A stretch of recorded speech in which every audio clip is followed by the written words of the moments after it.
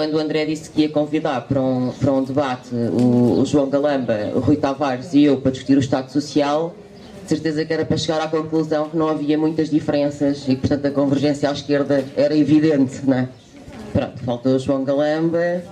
Espero que não tomemos isso como nada de sintomático. Bom, eu não sei se eu entendi isto mais como um debate que propriamente uma apresentação do livro. E eu queria lançar aqui, também não vamos ter assim tanto tempo, se é para terminar às 4, mas eu queria lançar aqui algumas ideias que eu acho importante para refletirmos sobre o Estado Social, que é o contrário do Estado Social, é o Estado antissocial. Isto pode parecer um bocadinho forte ou radical, mas só é forte ou radical na exata medida que a nossa memória parece não consegue ir além dos 40 anos, porque nós realmente queixamos que a memória é curta em política, que os portugueses têm memória curta. Na verdade, para puxar agora a brasa à minha sardinha da psicologia política, na verdade temos todos a memória curta, não é nenhum fenómeno específico dos portugueses ou da cultura política portuguesa. Mas a verdade é que o Estado Social, que transformou em 40 anos um país pobre e miserável num país razoavelmente ao nível, com muitas reticências, mas isso vocês podem encontrar melhor descrito no livro, ao nível de um país europeu do século XXI, esses 40 anos fizeram apagar, dizia eu, aquilo que foi o que era a miséria e a pobreza no país durante o Estado antissocial, ou seja, durante o Estado Novo. E se calhar, se nós nos recordarmos do que é que eram os retratos da vida das pessoas, da vida concreta das pessoas nessa altura, se calhar isso é bastante enriquecedor do que é o debate, ou o que é o Estado Social, porque tudo mudou e a nossa memória coletiva nesses tempos está extremamente desmaiada, extremamente pálida. Atenção que a maior parte, ou muitas pessoas que foram os retratos ativos desse tempo, estão vivas e de boa saúde, algumas delas até ainda em idade ativa. Bom, estou a falar de quê? Bom, estou a falar, por exemplo, da imigração nesses anos, nos anos 50, nos anos 60, das pessoas que fugiam a monte do país, descalças, que iam a pé até a França, fugiam com a valise de cartão, com um par de calças, 2 camisolas e 3 chouriços para chegar aos bidonvilles, a Paris, e muitas vezes a opção era essa, ou a guerra, ou a tropa. Estou a falar das Marias e das Alziras, desse Portugal todo costeiro e interior, que ficavam muitas vezes a tomar conta dos irmãos em casa porque a mãe tinha falecido nos partos porque não existia Serviço Nacional de Saúde e ficava a fazer o chamado desmame aos irmãos,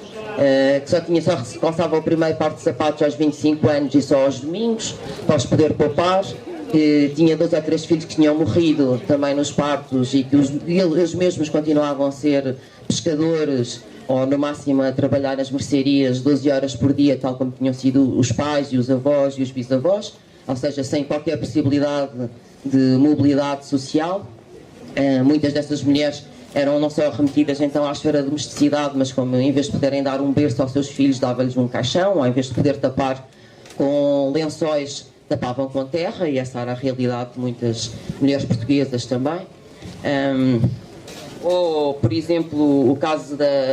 dos mendigos em Portugal, na altura, não é, que se dividia entre mais ou menos os mendigos que eram aceitos e que não era opção,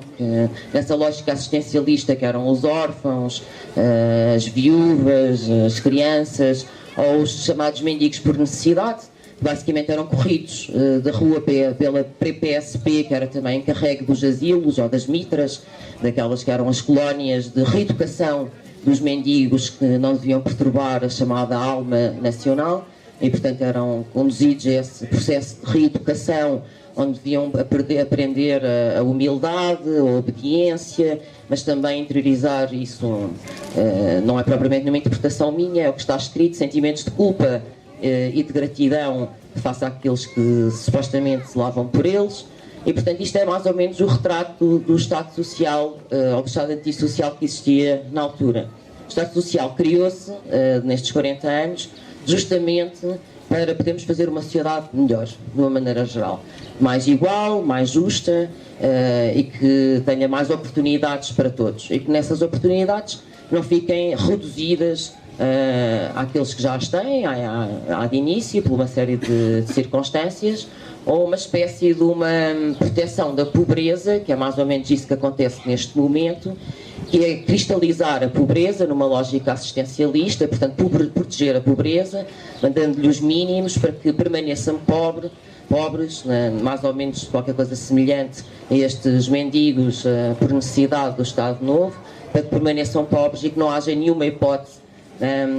do tal elevador social. Da mesma maneira, para vos dar outro exemplo concreto do que se passa neste momento, se vocês forem atentar naquilo que são as indústrias do Val do Ave, as indústrias têxteis, etc., as primeiras a perder o emprego foram as mulheres, que depois de uma geração inteira de já mulheres no mercado de trabalho, voltaram a casa e voltaram estritamente à esfera da domesticidade. E, portanto,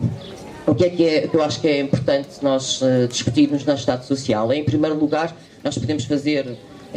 debates de outro género, debates sobre aquilo que são os números do Estado Social, como é que o Estado Social é sustentável, como é que não é, quais são as opções políticas. Mas eu acho que, em primeiro lugar, o debate que nós temos que fazer sobre o Estado Social é justamente sobre a sociedade que queremos construir, que tipo de sociedade é que queremos. E a partir daí poder desenhar formas, e algumas delas, aliás, algumas propostas constam deste livro, organizado pelo Renato e pelo André. Que formas é que são essas? Mas a primeira discussão é uma discussão de fundo. Como é que nós entendemos a sociedade e como é que entendemos que esse acesso às oportunidades deve ou não ser feito e em que circunstâncias. Eu, da minha parte, e depois de ler o livro, não sei se li todo, mas li uma grande parte, continuo a achar que a melhor maneira de fazer através de um Estado Social universal e não num molde assistencialista, e que em Portugal deve obviamente ser reforçado. Eu acho que ele já devia ter que ser reforçado, até porque ele começou a ser construído tardiamente face a outros países europeus, já devia ser reforçado antes desta vaga neoliberal agressiva que foi destruindo, e penso que neste momento terá que ser ainda mais. Eu para já fico por aqui e depois estarei disponível, se for o caso, para outro tipo de debate mais vivo.